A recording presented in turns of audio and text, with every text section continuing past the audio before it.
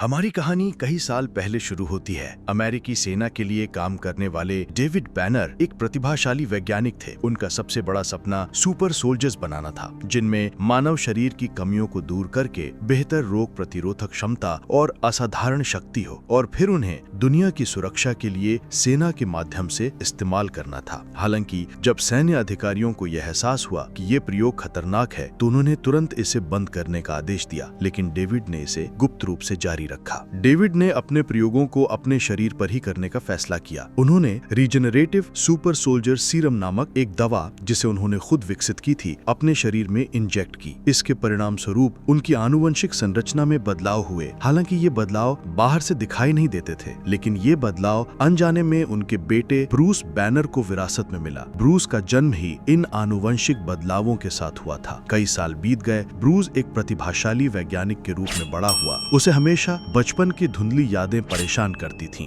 Bruce की एक प्रेमिका थी जिसका नाम बेटी रॉस था। वो उसकी सहकर्मी थी और डेविड बैनर की पुरानी सहकर्मी और अमेरिकी सेना के एक उच्च पदस्थ अधिकारी जनरल रॉस की बेटी थी, जो उनके प्रयोगों के बारे में जानते थे। एक दिन ब्रूस लैब में गामा रेडिएशन पर एक प्रयोग कर रहा था। अचानक एक दुर्घटना हुई और ब्रूस के शरीर को भारी मात्रा में गामा रेडिएशन लगा। ये दुर्घटना, जो आमतौर पर एक इंसान को खत्म कर देती, उसमें ब्रूस अपने शरीर की आनुवंशिक विशिष्टता के कारण मामूली चोटों के साथ बच गया, लेकिन उसका शरीर अनजाने में एक और भयानक बदलाव से गुजरा। दुर्घटना के बाद ब्रूस बैनर ने एक सामान्य जीवन में लौटने की पूरी कोशिश की। वो पुरानी बातों को भूलकर शांति से जीना चाहता था, लेकिन उसके भीतर कुछ बदलाव हो चुके थे। एक दिन जब वो अपने गुस्से को नियंत्रित नहीं कर पाया, या जब डर ने उसे एक पल के लिए काबू कर लिया, तो ऐसा हुआ। उसका शरीर कांपने लगा, दिल की धड़कन उसके कानों में गड़गड़ाहट की तरह गूंजने लगी, मांसपेशियां बड़ी हुई और हड्डियों के टूटने की आवाज सुनकर वो चौंक गया। जब त्वचा हरे रंग में बदल गई तो उसकी आंखें एक भयानक रूप में बदल गईं। उस क्षण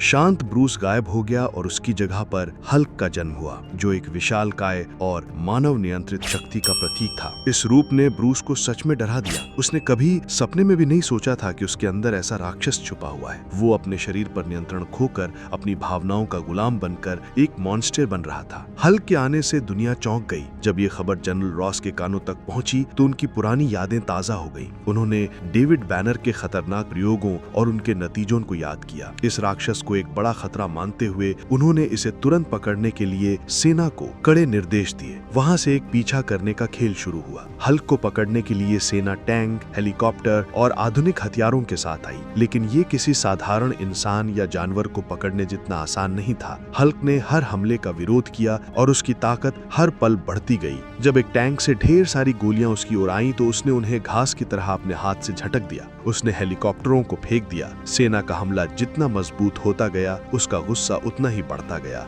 और उसके साथ उसकी ताकत भी। इसी दौरान ब्रूस का पीछा करते हुए उसका पिता डेविड बैनर, जिसे सालों पहले एक मानसिक अस्पताल में बंद कर दिया गया था, वो लौट आता है। उसका लौटना रहस्यमय और खतरनाक था। जब उसे ब्रूस के बदलाव और उसकी शक्तियों के बारे में पता चला तो डेविड ने इसे एक वापसी के रूप में देखा। वो अपने पुराने पागलपन भरे प्रयोगों को पूरा करना चाहता था और अपने बेटे को मिली वही शक्ति खुद भी पाना चाहता था। वो एक बेटे को खोजने वाले पिता से ज्यादा अपने प्रयोग का नतीजा पाने के लिए आने वाला एक पागल शिकारी जैसा था। डेविड बैनर ने ब्रूस को अपने साथ मिलाने की कोशिश की, लेकिन ब्रूस ने उसकी पागलपन भरी सोच को पहचान लिया। लेकिन तब तक डेविड सिर्फ एक इंसान नहीं रह गया था। अपने शरीर पर और अधिक प्रयोग करने के कारण वो दूसरों की ऊर्जा खींच सकता था और अलग अलग रूप ले सकता था। वो एक तरह का मानसिक रूप से बीमार खलनायक बन रहा था। जब बेटे को ये एहसास हुआ कि पिता के पागलपन भरे विचार और इच्छाएं दुनिया को तबाह कर देंगी, तो वो उनसे लड़ने के लिए तैयार होता है। पिता और बेटे के बीच का संघर्ष एक तूफान की तरह आया।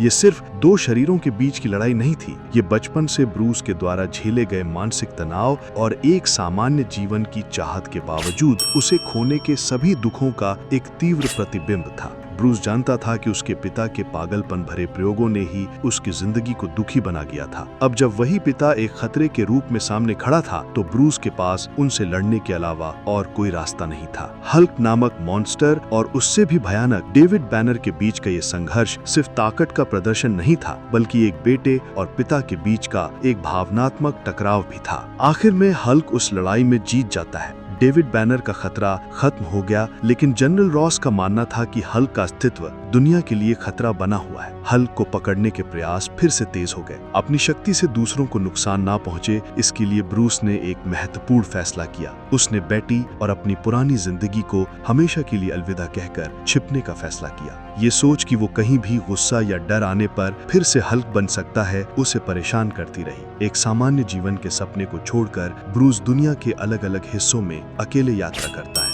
हल्क का किरदार कई दार्शनिक प्रश्न उठाता है। मुख्य रूप से ये इंसान के भीतर के दबे हुए गुस्से, दर्द और डर का प्रतीक है। हल्क ब्रूस के बचपन के आघातों और उसके पिता के प्रयोगों से पैदा हुआ मानसिक तनाव है। हल्क को नियंत्रित करने के लिए ब्रूस का प्रयास अपनी भावनाओं और काले पक्ष को नियंत्रित करने के लिए इंसान के संघर्ष को दर्शाता है। इसी तरह ये फिल्म शक्ति के प्रयोग और अगर किसी व्यक्ति का नियंत्रण चला जाए तो वो शक्ति क्या कर सकती है, इस बारे में सोचने पर मजबूर करती है। हल्क अच्छा है या बुरा, ये सवाल पूरी फिल्म में बना रहता है। ये फिल्म हमें ये सबक देती है कि अपने गुस्से जैसी भावनाओं को नियंत्रित करना कितना महत्वपूर्ण है। ब्रूस का अनियंत्रित गुस्सा ही अक्सर समस्याओं का कारण बनता है। इसी तरह ये फिल्म ये भी दिखाती है कि बचपन के बुरे अनुभव किसी व्यक्ति के जीवन को कितनी गहराई तक प्रभावित कर सकते हैं। इसके अलावा ये फिल्म पारिवारिक रिश्तों की समस्याओं और विज्ञान के दुरुपयोग पर भी चर्चा करती है। तो ये थी 2003 में आंग ली द्वारा निर्देशित फिल्म हल्क और उसकी कहानी। इस फिल्म के बारे में आपकी क्या राय है, कमेंट करें। अगर आपको ये वीडियो पसंद आया हो तो लाइक और शेयर करना ना भूलें और अधिक फिल्म की जानकारियों और विश्लेषण के लिए चैनल को सब्सक्राइब करें। तो अगली वीडियो में मिलते हैं। बाय।